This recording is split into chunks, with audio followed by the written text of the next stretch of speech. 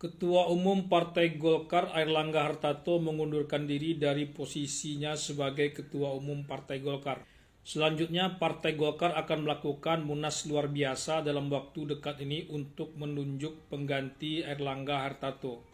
Airlangga sendiri memastikan proses pergantian dirinya akan berlangsung dengan tertib, damai, dan tetap menjaga marwah dari Partai Golkar itu sendiri.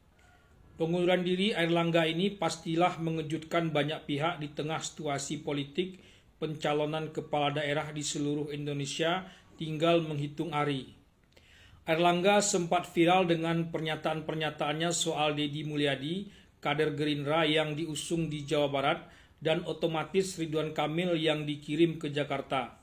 Termasuk soal inisial S dari PKS sebagai pendamping Ridwan Kamil yang dianggap Suswono, mantan Menteri Pertanian, atau bisa juga Sohibul itu sendiri yang rencananya akan dipasangkan dengan Anies Baswedan.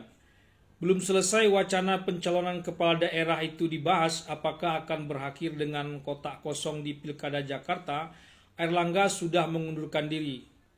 Alasan mundurnya juga untuk menjaga stabilitas transisi dari pemerintahan lama ke pemerintahan baru.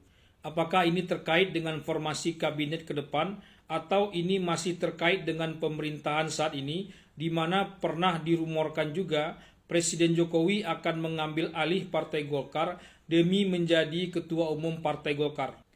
Tekanan yang dialami Airlangga pastilah sangat berat sehingga dia mengambil langkah untuk mengundurkan diri. Padahal jadwal resmi Munas Partai Golkar sudah pernah disebutkannya sendiri, yakni pada bulan Desember.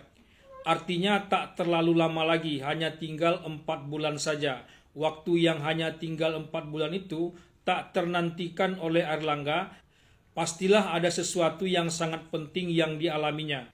Dulu desakan mundur bisa dihadang Airlangga dengan mantap, kini tak ada desakan mundur, malah prestasi gemilang ditorehkannya pada pemilu lalu, Airlangga malah tiba-tiba mengundurkan diri. Sesuatu yang tak mudah menjawabnya kecuali oleh Airlangga itu sendiri dan pihak yang menekannya itu. Luhut Binsar Panjaitan juga merasa terkejut dengan pengunduran diri Airlangga ini. Entahlah apakah opung kita ini benar-benar terkejut atau sekedar pura-pura terkejut saja.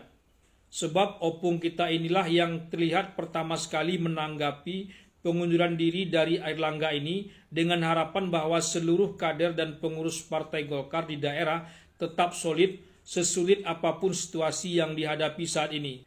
Rasanya baru kali ini pula ada Ketua Umum Partai Golkar yang mundur dengan cara seperti ini. Padahal untuk menduduki kursi Ketua Umum Partai Golkar itu tidaklah semudah Airlangga mengundurkan diri saat ini.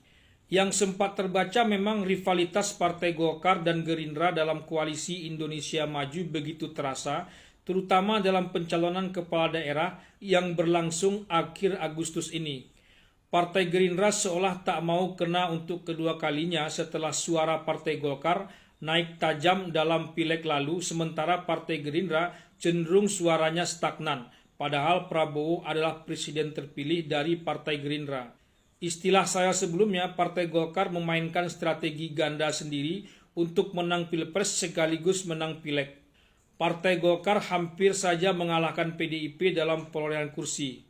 Entahlah apakah terkait dengan itu atau ada faktor lain, yakni tarik ulur di mana Kaisang Pangarep, putra bungsu Presiden Jokowi, akan dimajukan. Inisial S yang dimunculkan Airlangga, apakah itu artinya Partai Golkar menolak dipasangkannya antara Ridwan Kamil dan Kaisang? Memang tak akan mudah menjawabnya hari ini juga, tapi sejalan dengan perjalanan waktu, semua terjawab dengan pasti seperti apakah Anies Baswedan jadi diusung koalisi perubahan atau tidak, atau mundurnya Airlangga ini kartu hidup buat Anies Baswedan yang beberapa hari ini terlihat makin tersudut. Entahlah.